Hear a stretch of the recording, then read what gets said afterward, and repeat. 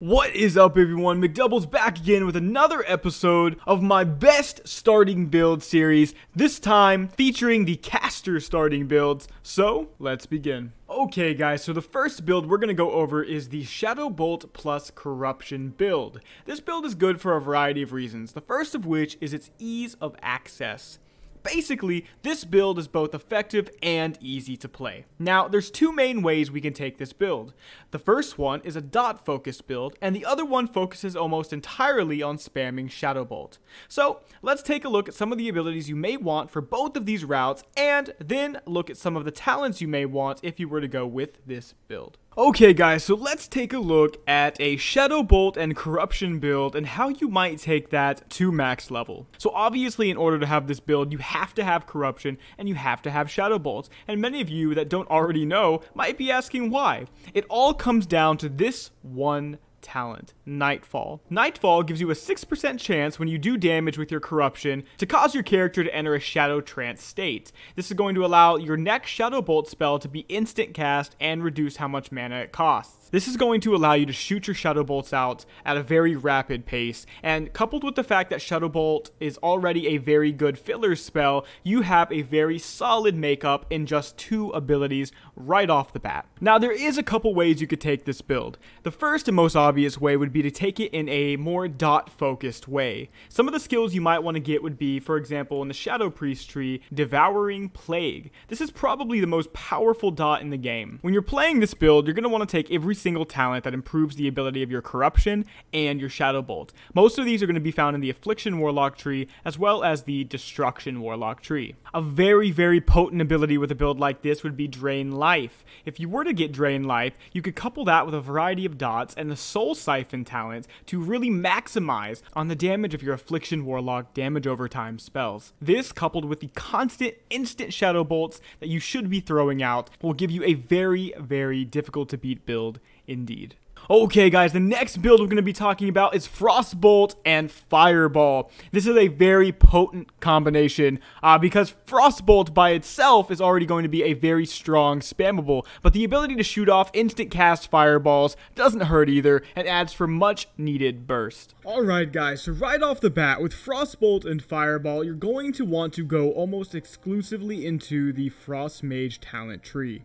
You're going to want to take every single talent that improves the capability of your Frostbolt, such as improved Frostbolt and Ice Shards. It's also important to take talents like Shatter, which is going to increase the critical strike chance of your mage spells against frozen targets significantly. This, coupled with Fingers of Frost, will give you a lot of extra damage in a fight. Also, do not forget to take the Empowered Frostbolt deeper into the tree, as well as the Brain Freeze talent, which is going to be the main talent that we need to make this build work. What this talent basically does, whenever you do damage with a Frost damage spell, you're going to have a 15% chance to make your next Fireball instant cast, cost no mana, and deal a heck of a lot more damage. Also, it's going to increase the damage of your Frostbolt by 9% on targets affected by your Fireball damage over time. So as you can see, the main way to play this build is going to be spamming Frostbolt, grabbing those Fingers of Frost procs to make your Frostbolts hit even higher, as well as your Fireballs, and then throwing out those instant cast Fireballs, weaving them in between your Frostbolts, and having massive DPS in the process. Now, it's a very straightforward and a very easy to play build. All you're going to really need is a way to create gaps. Although, if I'm honest, that really does apply to all of the caster builds here. At level 60, some of the talents you might want to consider would be the Balanced Druid Moonkin form.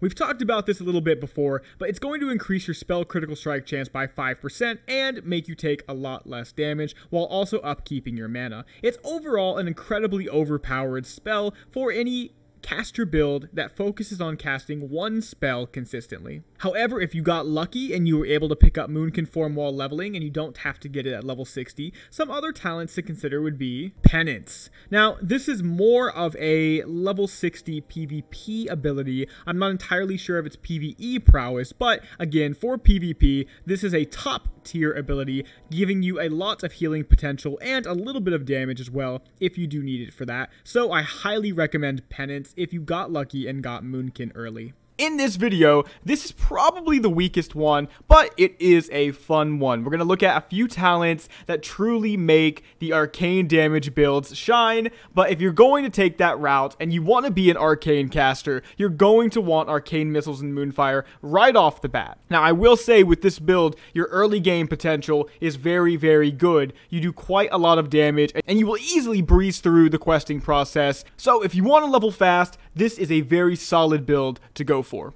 Okay guys, right off the bat, if you're going to play the arcane damage build, you're going to want to go into the arcane mage tree.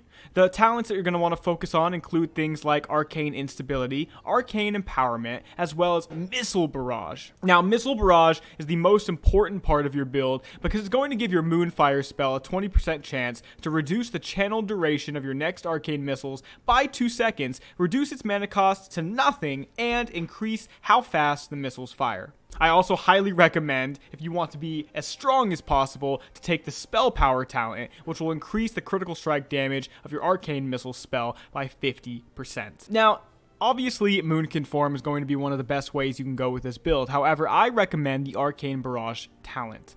At level 60, this will give you one other way to proc Missile Barrage. It will also double dip into all of your talents that improve your arcane power. However, if you do want to go a different route, or you have another way to proc Missile Barrage, like Frostbolt or Fireball, I would then recommend Moonkin Form and Arcane Power. This will give you a ridiculous amount of burst, and with Moonkin Form in the Balanced Druid tree, again, it will also increase your crit, reduce the damage you take, and give you higher mana upkeep. However, if you do decide to go with the Arcane Barrage form of the build, you will be playing a very fast-paced and, in my opinion, very fun build that really gives you a lot more outplay potential against multiple foes.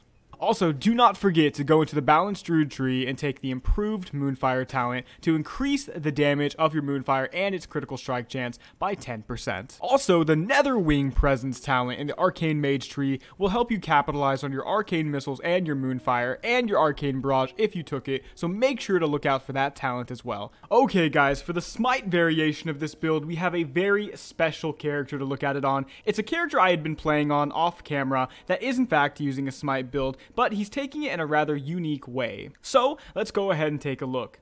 First of all, if you're going to run a Smite build, you're going to want the Holy Specialization talent as well as the Divine Fury talent right off the bat. You're also going to want to take the Twin Disciplines talent as well.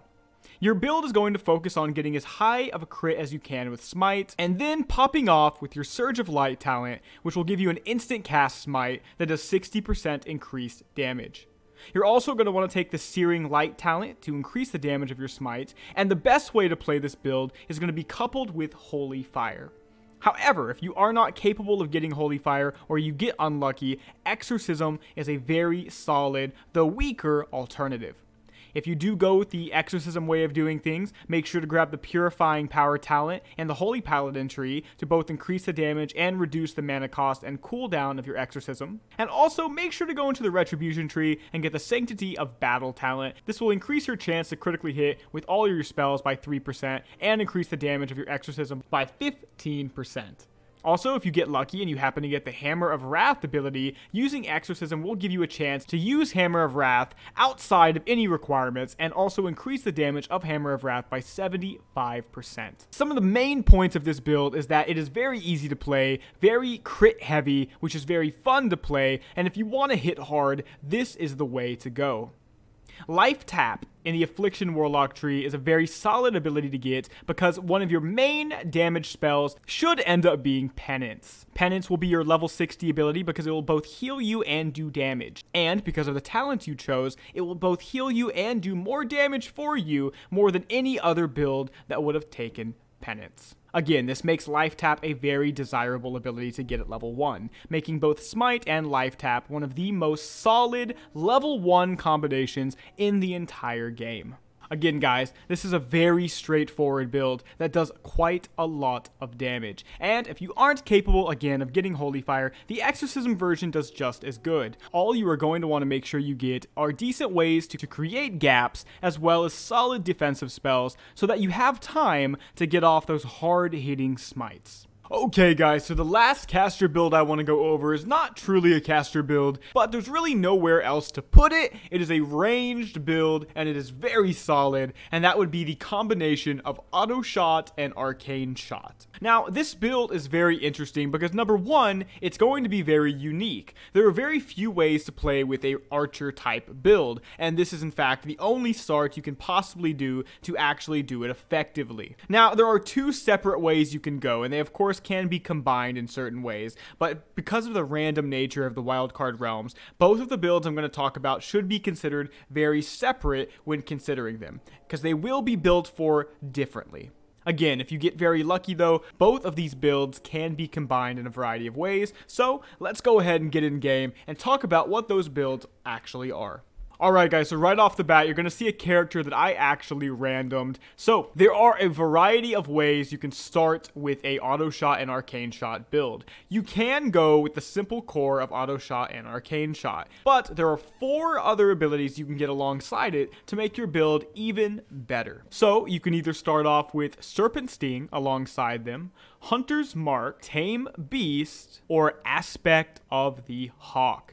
Now, if you're going to go with any of these, I highly recommend going with the Tame Beast set. It's going to be the hardest one to get, but is the most effective. If you choose to go with Serpent Sting, however, you do have a very solid build ahead of you. Now, the two builds in question are going to be if you go with Aimed Shot versus going with Black Arrow. If you choose to go with the Black Arrow build, Serpent Sting is going to be the best way to go, as many of the talents that affect Black Arrow's damage are also going to affect Serpent Sting's damage. This is going to give you a very effective dot build. Also, with this build, you will be using Lock and Load. It'll give you a 6% chance when Black Arrow does damage to make your next 2 arcane shots trigger no cooldown, cost no mana, and use no ammo. This will give you a very solid survival hunter build that focuses around applying dots and spamming arcane shot on your target for incredibly high crits. Now, the other and much more rare way to go with it is if you get Aimed Shot at level 20.